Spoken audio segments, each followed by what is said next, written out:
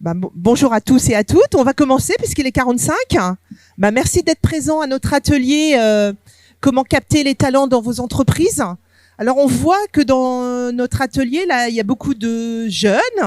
Vous allez prendre un petit peu l'envers du sujet qu'on va aborder. C'est vous, en tant que candidat, futur candidat. On va aussi vous démontrer comment vous pouvez vous adapter aux demandes de l'entreprise et à leurs nouveaux besoins. Donc, on se présente, Pascal. Vas-y. Donc bonjour. Est-ce que vous nous entendez bien? Ça va? Sinon, n'hésitez pas. Où sont vu que les hier, on a eu des petits problèmes de micro, donc. Ça va? Même derrière, au fond, vous nous entendez? Bon, très bien. Donc, je me présente. Donc, je suis Pascal Bonneau. Je suis recruteur indépendant. Je fais ce métier-là au sein d'un réseau qui s'appelle le Mercato de l'Emploi. Et donc, je suis basé tout près de Rennes. Et j'accompagne un certain nombre d'entreprises, soit rennaises, soit de Bretagne, à leur faciliter ce moment de recrutement. Et donc, moi, je suis Patricia. Je travaille à la Chambre de commerce et d'industrie d'Ille-et-Vilaine. Je fais du conseil d'experts auprès de dirigeants et de managers dans les entreprises. Voilà, on y va? On débute? C'est parti. Alors, nous, on a envie déjà de vous parler du contexte de l'emploi en Ille-et-Vilaine et puis d'une manière générale. Alors, ce qu'il faut savoir, c'est qu'effectivement, en France, en Ille-et-Vilaine, en Bretagne, il y a de fortes tensions de recrutement, quel que soit le métier et le secteur d'activité. Et près de 60% en fait, des recrutements sont jugés, c'est dur à dire ça, sont jugés difficiles dans les entreprises. Ça, c'est un fait, c'est très factuel. Toutes les études le disent. Donc, en fait, il faut prendre en compte ces données-là pour pouvoir vous projeter dans vos futurs recrutements. Et vous aussi, quand candidat, quand vous recrutez dans les entreprises, effectivement, il y a une pénurie d'emplois dans tous les secteurs d'activité et globalement dans tous les métiers des entreprises. Et donc peut-être pour s'il y a des entrepreneurs dans l'assistance, est-ce qu'il y a des entrepreneurs dans l'assistance, des gens qui recrutent? Nous. Donc il y a un recruteur. D'accord. Et des futurs recrutés. Et de futurs recrutés, j'ai l'impression.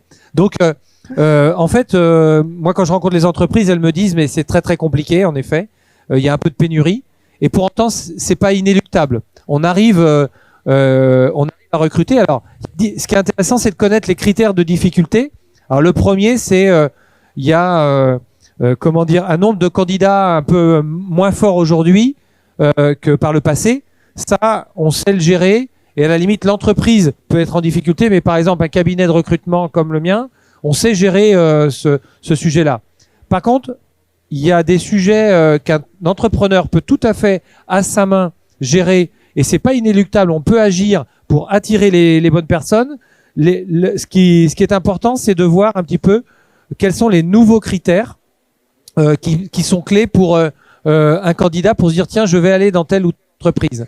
Donc le premier critère, c'est aujourd'hui sur lequel un chef d'entreprise peut agir, c'est les conditions de travail dans son entreprise. Il faut absolument parler des conditions de travail dans son entreprise.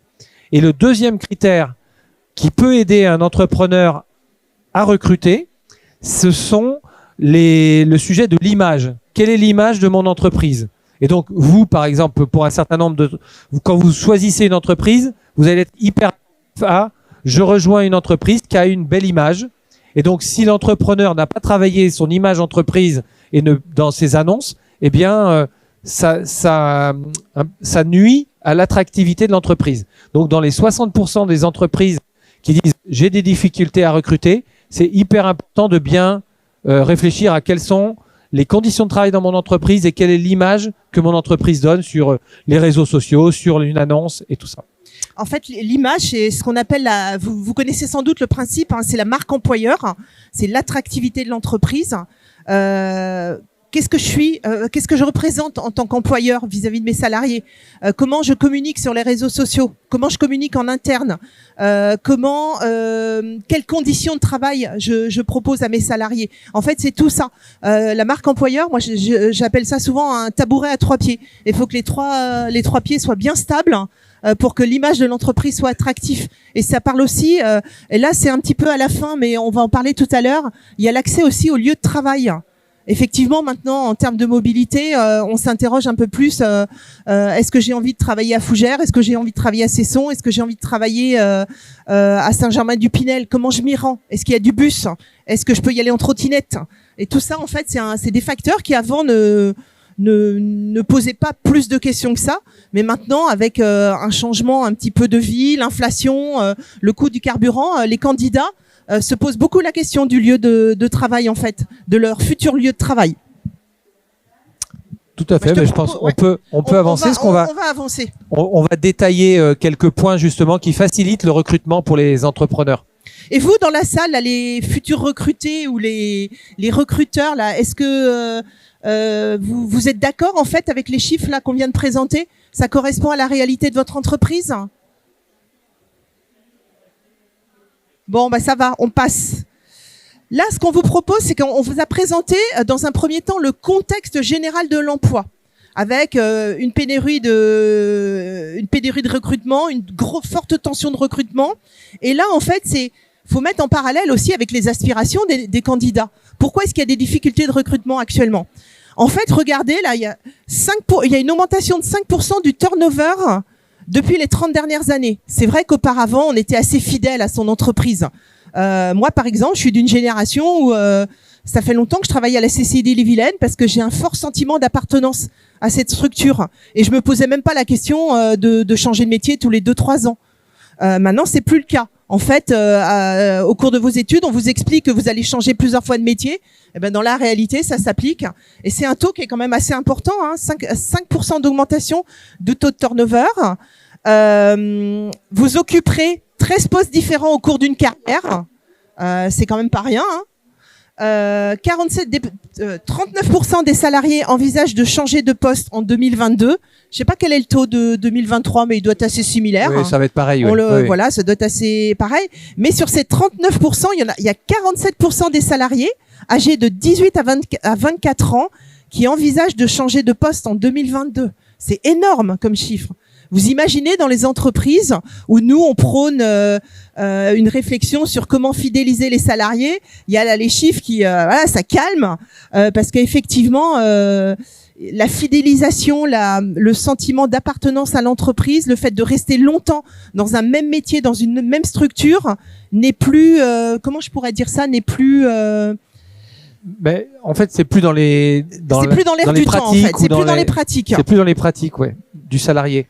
Et donc, ce qu'on voulait partager avec vous, c'est vraiment, on a vu tout à l'heure la partie entreprise, le contexte de l'emploi, mais le contexte aujourd'hui des salariés, on voit qu'il a énormément changé. Donc, c'est très générationnel, hein, comme on le disait avec Patricia, ou comme le disait Patricia.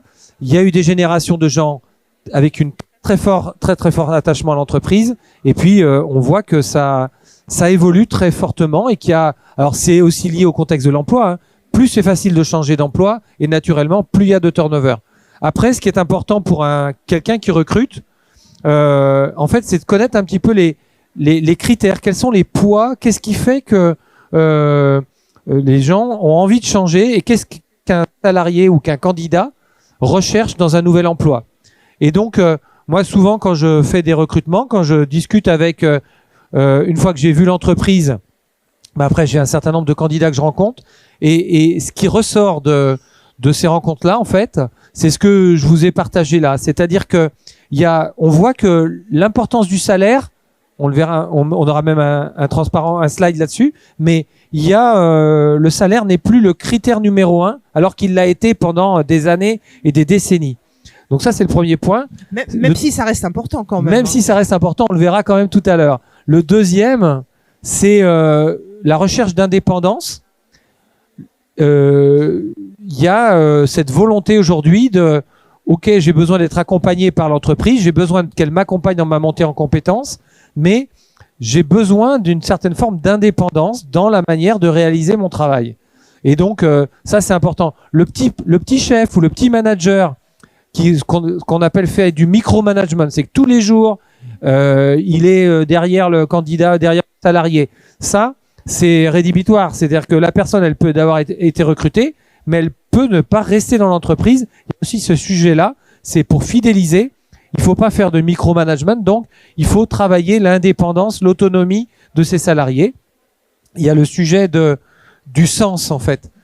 De plus en plus, quand je me lève le matin, j'ai envie de travailler et de faire quelque chose qui, pour moi, a du sens. Donc, c'est un des critères qui s'est développé. Ouais. Le sens, c'est souvent, quand je travaille avec les entreprises sur ce sujet-là, en fait, les personnes ont envie de savoir à quoi elles servent dans l'entreprise. Quelle est leur utilité ? Et en fait, on est capable d'expliquer, mais souvent, on le fait pas. C'est à quoi je sers ? Pourquoi je me lève le matin, là ? Pourquoi je viens bosser ?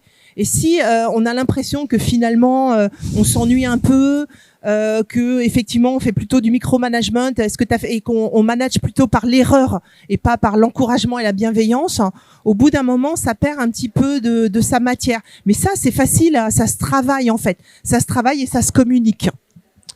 Donc il y a ce sujet-là, faut déjà pour communiquer dessus quand on est un entrepreneur qu'on recrute, ça veut dire qu'il faut être déjà conscient de ça. Et après, on le verra un petit peu tout à l'heure. Bien ça veut dire que dans la manière de recruter, dans la manière de manager, faut l'intégrer. Après, il y a le sujet équilibre vie privée, vie professionnelle. Ça fait un petit moment que c'est en place, mais ça veut dire que dans le recrutement, comme dans la vie de tous les jours, il faut l'avoir en tête. Le travail à distance qui s'est développé.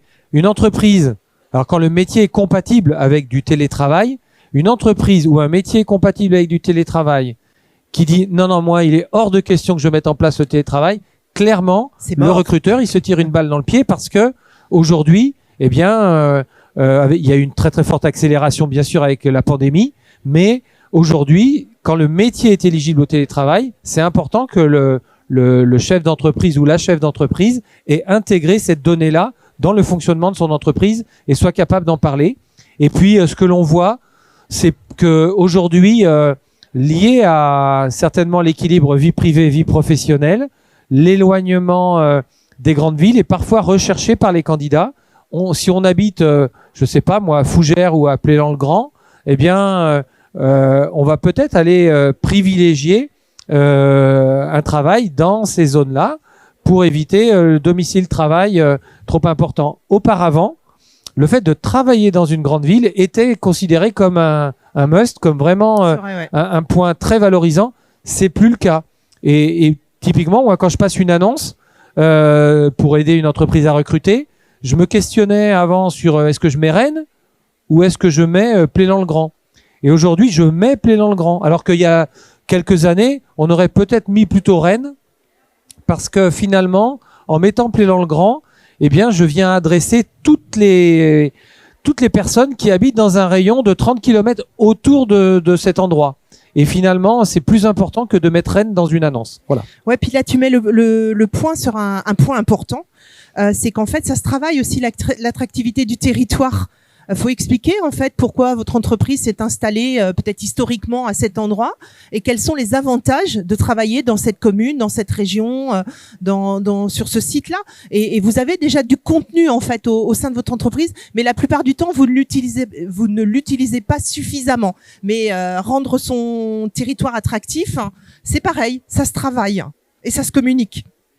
Et pour vous qui êtes, pour ceux qui sont plutôt du côté du recruter, ça veut dire que dans un entretien, n'hésitez pas à questionner sur quelle est l'histoire de l'entreprise, quelles sont ses valeurs. En fait, ces sujets-là, un recruteur appréciera que vous intéressiez à la vie de son entreprise et pas simplement au fait de savoir si, je sais pas si c'est du développement informatique, quels sont les derniers logiciels utilisés, si c'est mécanicien automobile, quelle est la dernière valise utilisée pour faire un diagnostic automobile.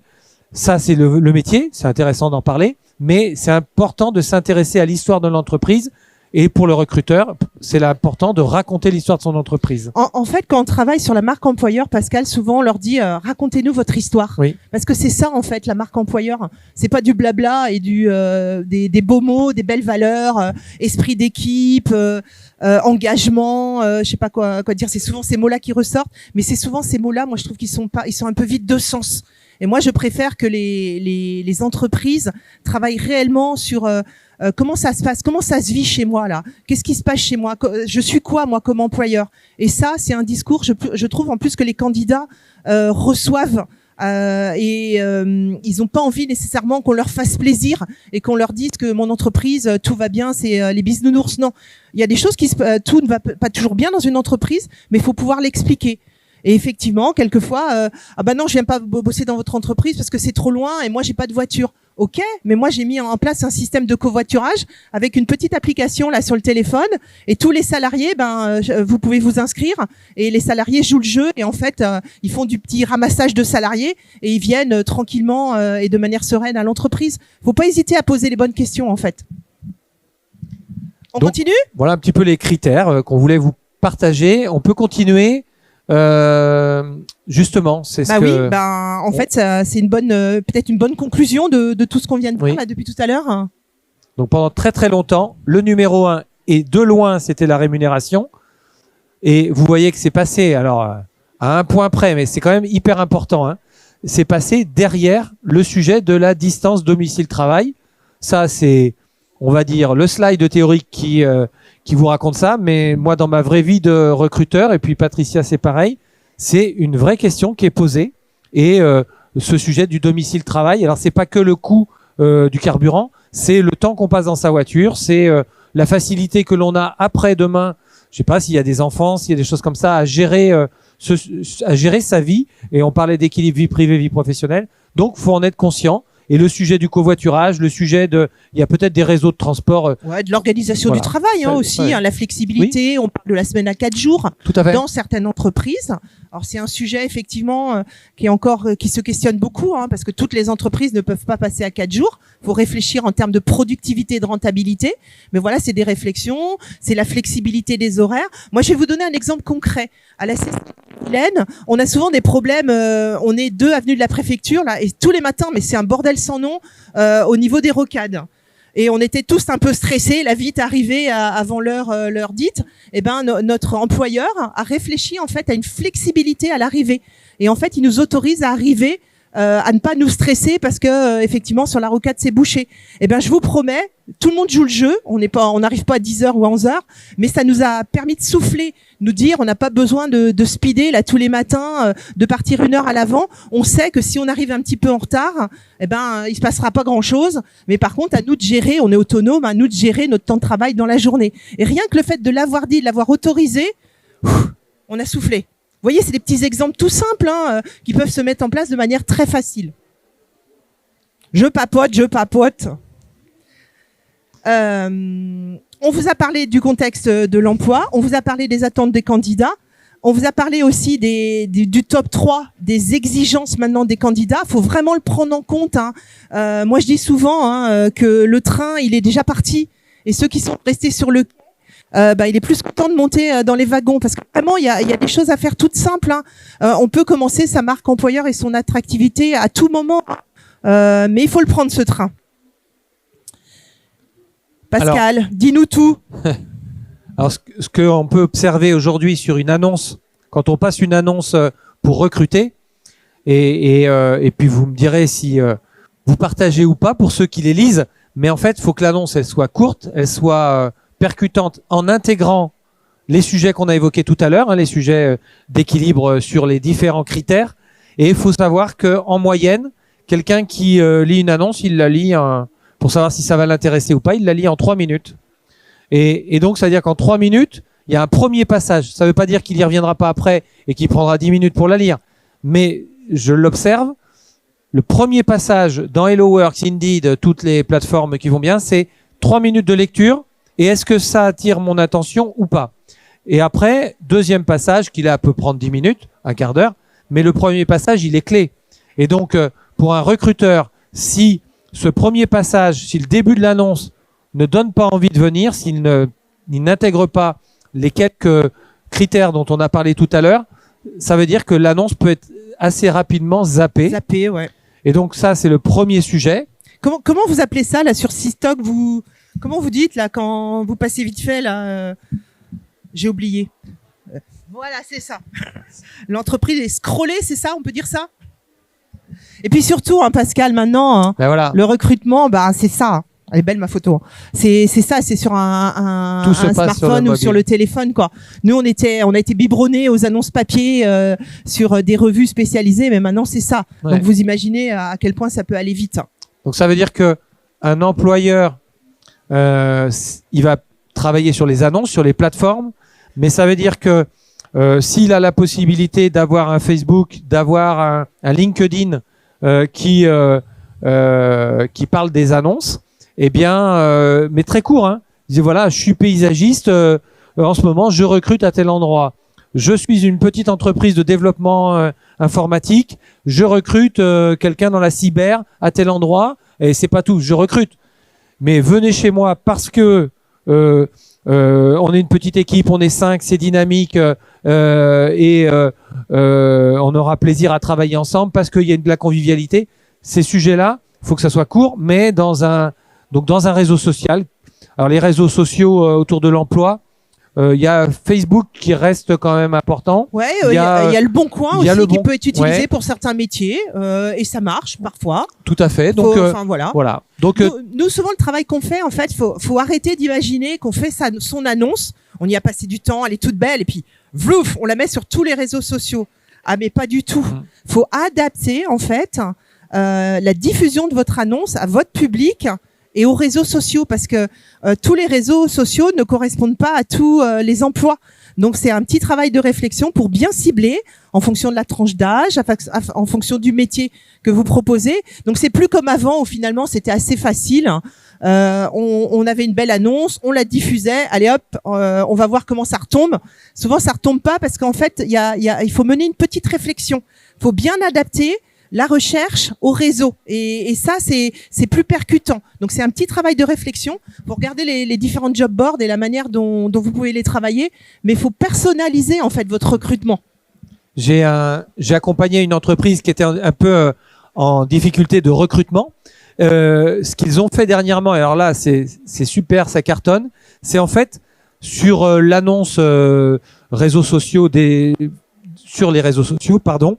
En fait, ils ont fait témoigner, petite vidéo très rapide, des salariés de l'entreprise. En fait, c'est pas la chef d'entreprise ni le chef d'entreprise qui disait venez chez moi, c'est super. Voilà. C'était quelques salariés qui disaient ben voilà, moi je suis rentré dans cette entreprise il y a 2 ans, je suis hyper content et voilà pourquoi je suis content. Ils avaient 2-3 vidéos mais très très rapides qui parce qu'il faut aller vite, hein, très rapides qui disaient voilà pourquoi je suis content d'être là. C'est beaucoup plus percutant que lorsque soit un chef d'entreprise, une chef d'entreprise ou quelqu'un comme moi qui le fait. En tout cas, c'est complémentaire à ce que l'on peut faire quand on est recruteur. Donc, le petit témoignage vidéo d'un de ses salariés, ayez en tête que ça marche et ça marche très bien. J'ai un autre exemple par rapport à ce que tu viens de dire. J'ai travaillé dans une entreprise où il y avait un candidat qui a demandé, lui, à voir les personnes avec qui il allait travailler. La RH, il me dit mais moi je m'en fiche de la RH, je vais pas bosser avec elle au quotidien. Le dirigeant, moi c'est le dirigeant. Lui, il voulait rencontrer le chef d'équipe et je sais plus quel métier c'était, peut-être j'ai oublié. Mais en fait, il voulait rencontrer une des personnes avec qui il allait bosser parce que comme ça, il voulait parler de pair à pair. Et effectivement, c'est intéressant aussi. Pourquoi pas les modèles d'entretien de recrutement peuvent évoluer et il faut les faire évoluer. J'avais une question à vous poser dans la salle là. Est-ce que quand vous cherchez un emploi, que ce soit un emploi par exemple l'été, est-ce que vous allez sur les sites des entreprises? Est-ce que vous regardez les sites recrutement des boîtes? Et donc vous regardez quoi? Vous regardez quoi alors? Indeed?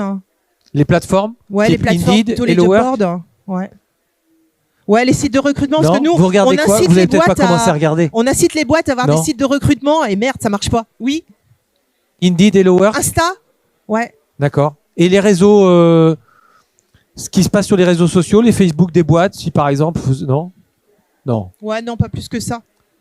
Mais après, il y a tellement de possibilités de savoir ce qui se passe que, en effet, mais en tout cas, ce que je comprends, c'est et c'est ce que j'observe aussi. Hein, les Indeed, Hello Work, Figaro Emploi et Le Bon Coin.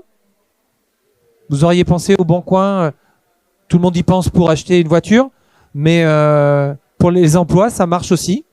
Donc voilà. Bon, Après, les entreprises, elles innovent. oui. Elles mettent des panneaux très visibles sur le devant de leur organisation, de leur structure. Elles font quelquefois. Moi, je me rappelle, il y avait dans le métro de Rennes, il y avait eu un petit sketch là. Vous vous rappelez tous peut-être une jeune recruteuse qui cherchait le cousin de la cousine du frère de la sœur qui éventuellement cherchait un emploi. Ça avait super bien marché. Ça avait donné de la visibilité à l'entreprise. Il y a des job dating qui reviennent. Nous, on était un petit peu interrogatifs sur les job dating parce qu'on trouvait que c'était un peu daté. Mais pourquoi pas? C'est un moyen aussi de rencontrer l'entreprise. Et moi, je dis souvent à l'entreprise, mais ouvrez vos portes. Et faites, c'est toi qui m'en avais parlé, Pascal, mais franchissez la porte des entreprises. Rien que ça, déjà. Peut-être que ça fonctionnera pas, mais faites ce geste de, au moins, essayez de faire connaissance avec les entreprises. C'est souvent intéressant. Il y a eu des personnes qui nous ont rejoints. Il y a des recruteurs, parce que oui. Est-ce qu'il y a des gens qui recrutent? Toujours là. D'accord. Donc vraiment ce conseil-là, le terme que, en fait, moi je l'avais repris d'un de mes clients, qui m'avait dit en fait, je sais pas quoi faire pour qu'ils franchissent le seuil de mon entreprise. Et donc dans mes annonces, très souvent, maintenant je mets franchissez le seuil de cette belle entreprise. Viendez. Voilà.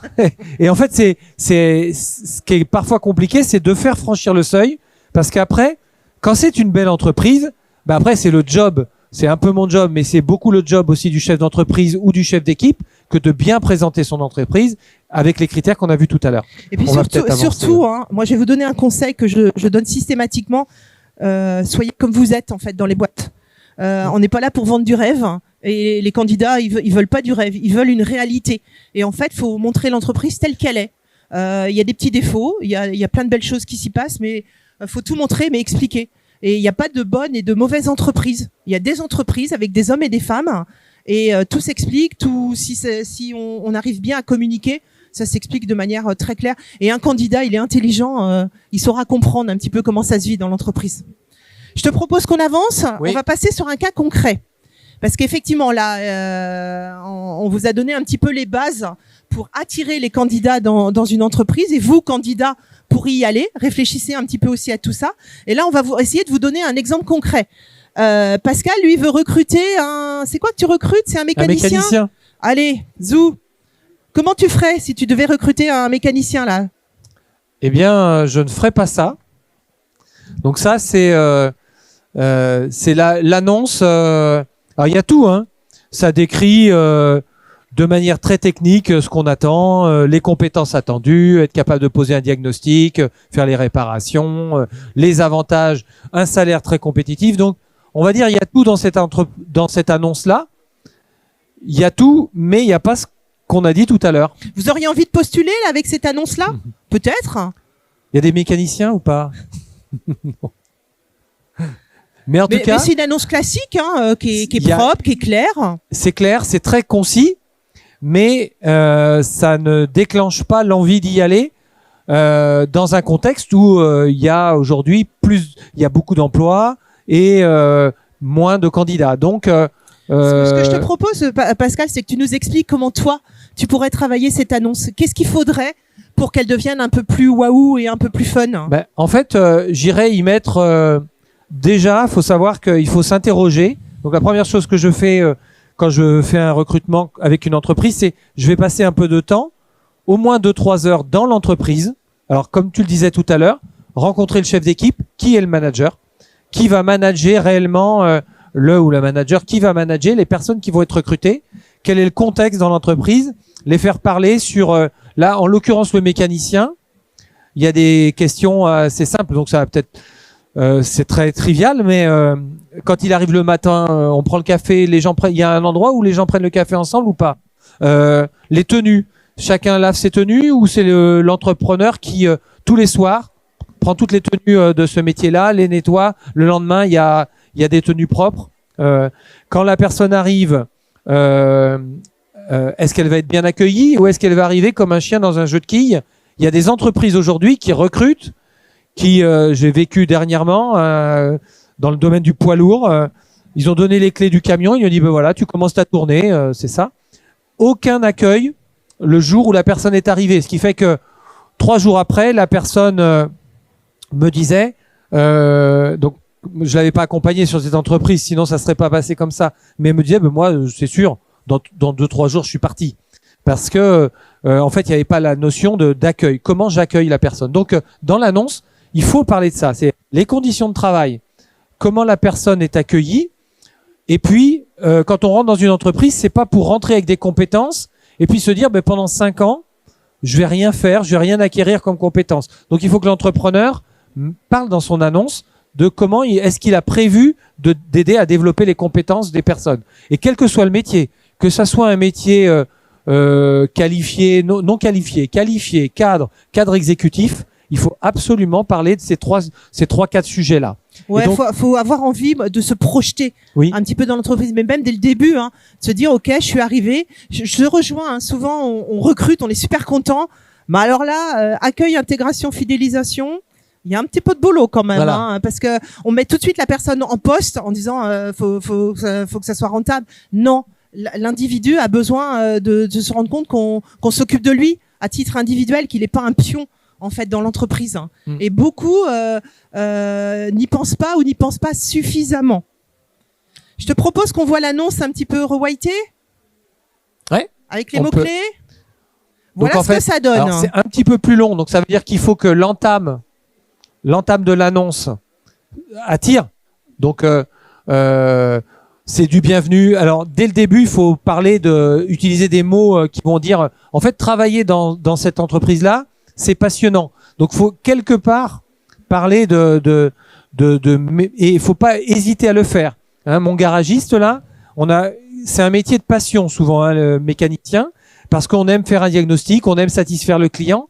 Donc, et il y a des technologies qui évoluent énormément dans le domaine automobile. Ça veut donc dire que on le fait.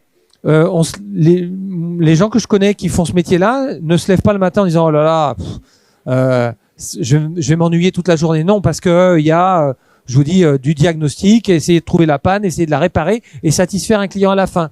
Il y a le sujet de développer la carrière. Donc, il y a un mot-clé autour de comment je vais développer la carrière et je vais m'intéresser à faire en sorte que les compétences évoluent. Je vais peut-être aller recruter quelqu'un qui sort d'une formation, donc quelqu'un qui est débutant. Eh bien, je vais le faire monter en compétences sur ces sujets-là. Donc, il y a vraiment le sujet du développement. Il y a le fait d'être... on parle de technologie aussi parce que on s'adresse à une population. Chacun va avoir ses critères de choix. Donc, dans le domaine automobile, il y a des gens qui disent mais moi, ce qui m'intéresse quand même, je veux pas rentrer dans un garage, je n'aurai pas les dernières valises de diagnostic, parce que moi, la technique m'intéresse. Et donc, c'est bien de parler aussi aux gens qui sont intéressés par la technique. Et puis, l'équilibre vie privée, vie professionnelle, eh bien, ça veut dire que si on le met dans l'annonce, c'est-à-dire que pendant l'entretien, il y aura peut-être un sujet du style, moi, en tant que responsable d'entreprise, le vendredi après-midi, on travaille pas, pour ceux qui le souhaitent. Et donc, c'est-à-dire qu'on fait un peu plus d'heures dans les 4 jours et demi, ou alors on fait une semaine 4 jours, une semaine 5 jours. Ou alors, s'il y a absolument le besoin d'aller chercher un enfant à 17h30, eh bien, ça veut donc dire que la pause déjeuner, elle peut être non pas de 1h30, mais elle peut être de 45 minutes. Et puis, on part un peu plus tôt. Donc, ces sujets-là, ils sont annoncés dans l'annonce pour dire, voilà, le sujet de la vie privée, vie professionnelle, c'est un sujet. Moi, en tant que patron... Mais je suis capable d'en parler. Je suis capable d'en parler. Voilà. Moi, je vois ma fille dans sa boîte. Son patron lui a dit, moi, à 18h, je souhaite que mes salariés soient partis. Parce qu'ils ont une vie après le boulot. Ça ne veut pas dire qu'elle peut faire un peu de plus. Mais c'est su, c'est connu, c'est organisé. À 18h tapantes, normalement, tout le monde est parti vaquer à d'autres occupations. Il peut partir un petit peu avant, mais voilà, c'est des petites choses toutes simples, mais faut pouvoir le dire et faut savoir le dire. Faut pas être dans le non-dit en fait. Faut exprimer les choses avec clarté. Faut oser aborder ces sujets-là. Ouais, faut les aborder, l'organisation du travail et les vacances. Souvent, les problématiques, moi je vois dans les entreprises avec qui je travaille, souvent il y a souvent des points de rupture. Les congés, souvent c'est un point, ça coince souvent. Les horaires, l'organisation du travail, les jeunes, souvent, quelquefois, ils nous disent, moi, mes filles me disent, mais maman, je veux pas tout sacrifier, en fait, à mon boulot. Et je pense que vous êtes d'accord avec ça. Vous avez envie d'avoir un travail, de vous épanouir, mais vous n'avez pas envie de passer, on vous dit un contrat de 35 heures, Bah, ok, mais moi, je vais pas faire 50 heures. Et puis payer au SMIC. C'est pas comme ça que ça marche maintenant. Et en fait, vous exprimez clairement les choses. Peut-être que nous, dans notre génération, on l'exprimait pas aussi clairement, mais maintenant vous dites les choses et vous les affirmez, et c'est tant mieux. Mais c'est aussi à l'employeur de trouver ce juste équilibre en fait, et d'expliquer aussi ce qui se passe et ce qui se vit dans l'entreprise. C'est ce dont je vous ai parlé tout à l'heure. Ça, c'est clairement de l'attractivité en fait. Dans votre boîte, vous expliquez comment vous êtes organisé, vous expliquez les règles de vie collective, et puis souvent ça se passe bien. Et n'ayez pas peur des mots, c'est pas parce qu'on a mis talentueux, passion, développer la carrière, accompagnement personnalisé, c'est pas du flan. Ça veut dire que ça, c'est ce qui se vit réellement dans l'entreprise. Ne faites pas des annonces super waouh pour faire des annonces waouh, et que la réalité, c'est pas du tout ça. Là, ça va pas durer longtemps. Il faut vraiment que les mots-clés que vous avez utilisés, ça se concrétise dans l'entreprise. C'est ça les clés de la réussite, en fait. On passe à ça, limiter les échecs. Parce que on a essayé quand même d'avoir un fil conducteur, et donc on a vu le contexte, on a vu les critères pour un salarié, on a vu les mots-clés, et au-delà des mots, c'est surtout l'intention que doit avoir le recruteur. Et une fois qu'il y a eu l'entretien, il y a quand même des échecs.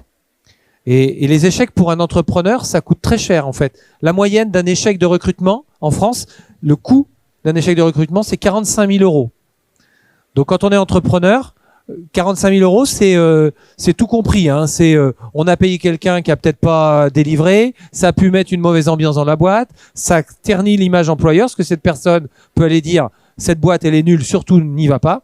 Donc voilà, globalement, ce coût-là, petite entreprise, moyenne entreprise, très grande entreprise. Ouais, et donc, puis ça fatigue les équipes qu'elles font en place.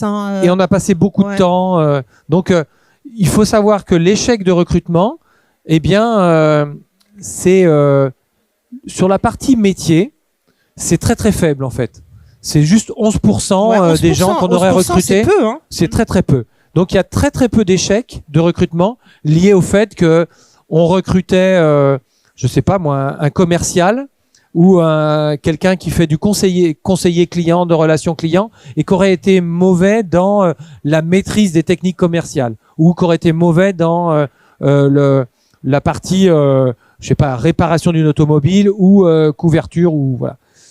Par contre, 89% des échecs de recrutement sont liés à la posture, ce qu'on appelle les soft skills. C'est qu'en fait on n'a pas été, au moment du recrutement, regarder en fait comment les sujets de comportement, comment réagit la personne sous pression. Souvent, quel que soit le métier, il y a des moments de pression. Comment la personne, quand elle est sous tension, elle réagit, et est-ce qu'elle est consciente? Et ça s'accompagne. Mais donc là, on a pris l'exemple de ton réparateur automobile. Par exemple, il a une réparation qui est beaucoup plus complexe que prévu. Ça peut arriver. Il y a des fois, on a des dossiers, on ne sait pas par quelle boule prendre.